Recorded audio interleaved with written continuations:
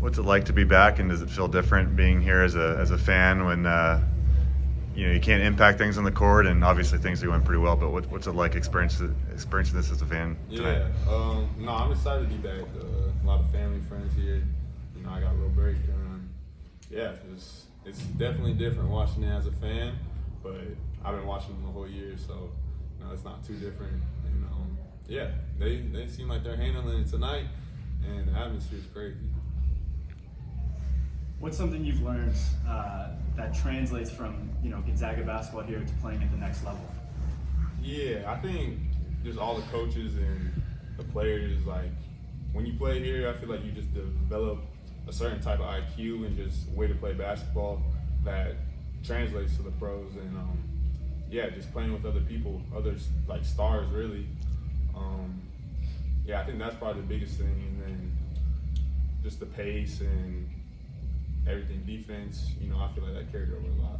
And you were part of last year's team who midway through the season became unranked for the first time in however long. This year's team kind of went through that similar mid-season rut. What's probably the biggest thing that they have to get centered out that you noticed from last year? Yeah, just like the team last year, we had our turning point against Kentucky.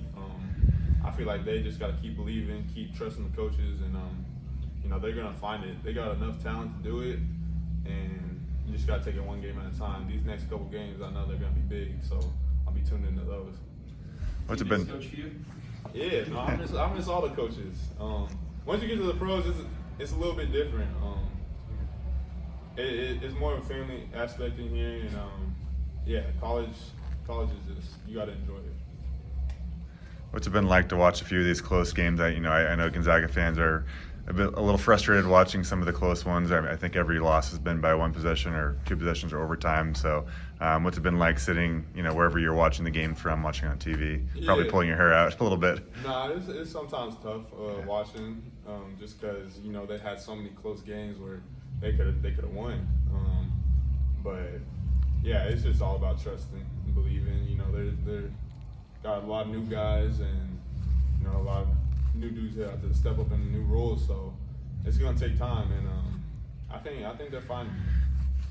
You get to be a part of a winning program at Gonzaga, and then you get selected to a franchise that's also experienced a lot of winning. Even the Maine Celtics, I think they've had a winning record 2 of the last 3 years. Just talk about that, and what does it really take to kind of breed this winning culture, and just kind of what do you notice, maybe the translation between the two? Yeah, it's really just mentality.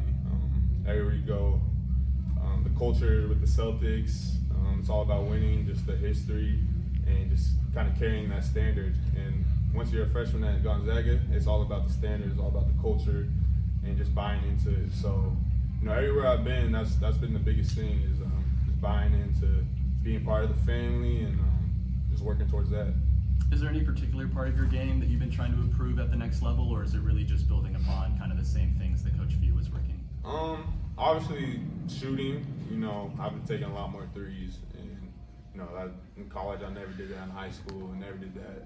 Took 11 threes a game, and a couple games this year, and it's like people looking at me crazy. They're like, I'll never see you do that, but it feels good, and my game's changed, and I feel like it's evolved, and it's just opened up a lot of things. So just continuing that, and then defense. I got to be able to guard 1 through 5, and yeah. I saw you and Drew did a jersey swap a little while ago. Is it cool kind of getting to see the Gonzaga representation at the next level? Yeah, no, it's always nice to see one of your fellow teammates, and Drew's my boy, so I took him out to get a lobster roll, and he liked that. But anytime I see one of my teammates, it puts a smile on my face, because you kind of made it to that level, and you get to compete against each other. What has that adjustment been like going over to Maine, and how does that kind of compare to Spokane? What's it like out there? It's a little bit different. It's a little smaller city. The food's pretty good out there, but you play in a high school gym.